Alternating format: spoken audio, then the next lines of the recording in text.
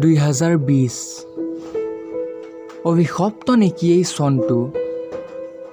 আহিল মহামাৰী কৰোণা আৰু সেয়া শেষ নহওঁতেই দেখিবলৈ পালোঁ তিনিচুকীয়াৰ বাঘজানৰ সেই শোকাবহ ঘটনা।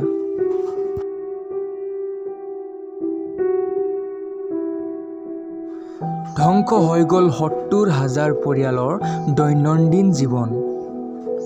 থমকি ৰ'ল ৭০,০০০ মানুহৰ ভৱিষ্যতৰ সোণালী সপোন।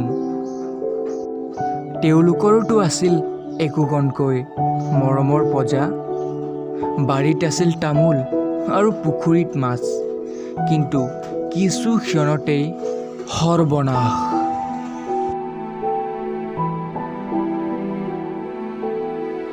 কৃষকসকলে হয়তো ভাবিছে, মোৰ পথাৰৰ সোণগুটি কেইটা বা কি হ'ল?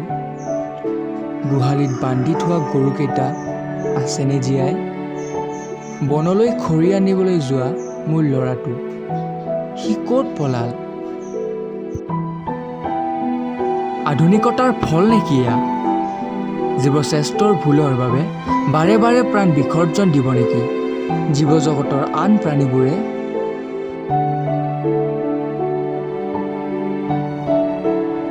কিছু পল আগতে দেখিবলৈ পোৱা সেই সেউজীয়া পৰিৱেশটো পৰিণত হ'ল এক উত্তপ্ত জুইৰ হিসাত।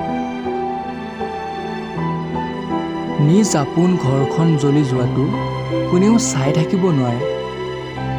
ইফালে আকৌ প্ৰাণৰ শংকা, উশাহ ল'ব নোৱাৰা পৰিস্থিতি।